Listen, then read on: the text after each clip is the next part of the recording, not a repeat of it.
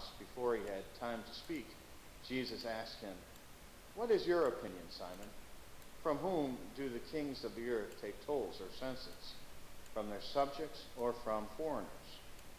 When he said, "From foreigners," Jesus said to him, "Then the subjects are exempt. But that we may not offend them, go to the sea, drop in a hook, and take the first fish that comes up. Open his mouth, and you will find a coin worth twice the temple tax. Give that to them. Aw, my network's dead. The gospel of the Lord." Well, that doesn't help.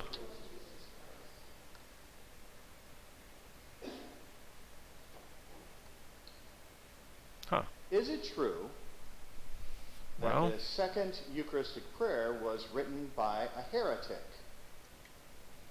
Well, you could sort of say that, but there's some problems with that statement on two accounts.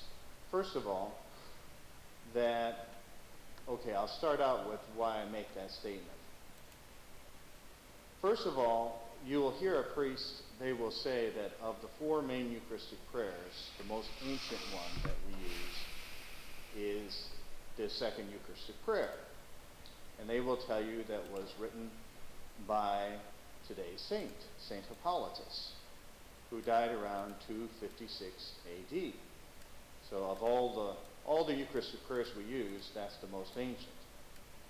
Well, it is true that Eucharistic prayer is based on a Eucharistic prayer that was written by Saint Hippolytus, but it wouldn't be exactly accurate to say that Saint Hippolytus wrote it.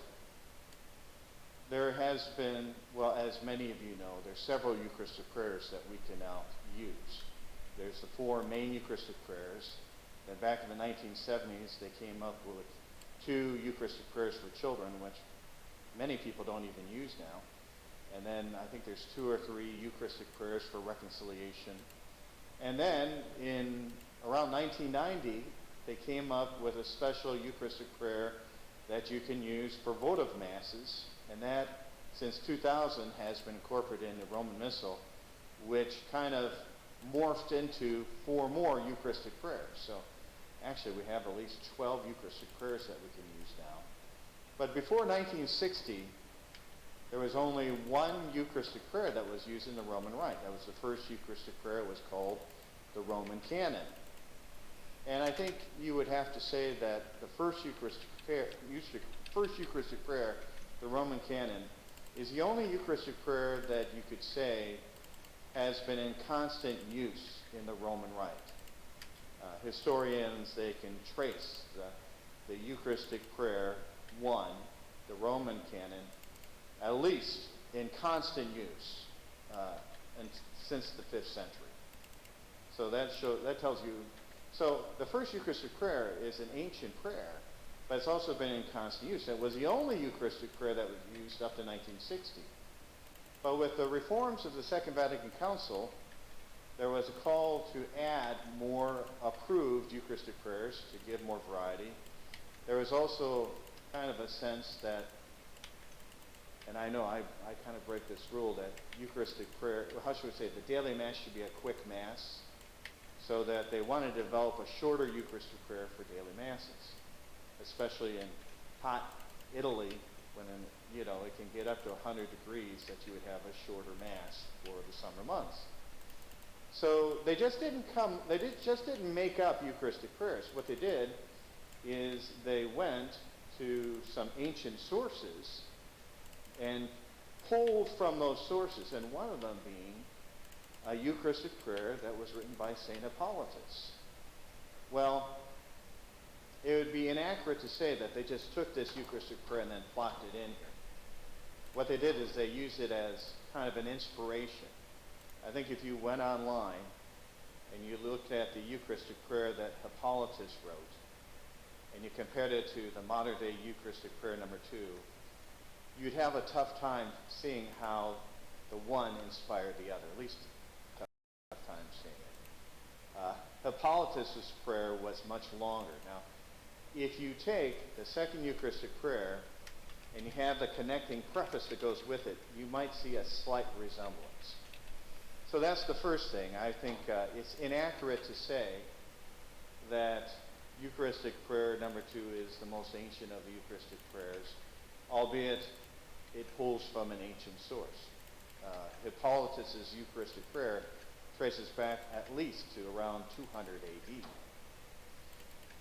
Now here's the second part. So Saint Hippolytus, he's known as the one who is the source for the second Eucharistic prayer, but he's also known as the first anti-pope. And what an anti-pope is, a person who set himself up as pope in opposition to the legitimate pope that the church recognizes. Saint Hippolytus, so you could say, was the first heretic, the first Protestant, back to 200 AD. What happened was there was a big fight, and the argument over was whether these people who left the church or they had denied the faith because there came a moment when they were supposed to witness to Christ against the Roman government, and they flinched because they were afraid of being killed, whether after they committed this sin that they could be reconciled back to the church. And the church was broke into basically two camps. It was divided. The Orthodox position, the position of the Pope, was, yes, we can reconcile anyone back to the church. We have the powers of the keys that have been entrusted in the church, so no matter how horrible the sin was, even if you denied the faith and failed to witness to the faith at the point of martyrdom, you can be reconciled back. Well, St. Hippolytus, he was a part of the opposite camp and thought that the Pope was a heretic. So he's one of the first people who thought that he was more, how should we say, more holier than the Pope. He was of the position that, no, you were given one chance to be forgiven through baptism, and if you denied the faith,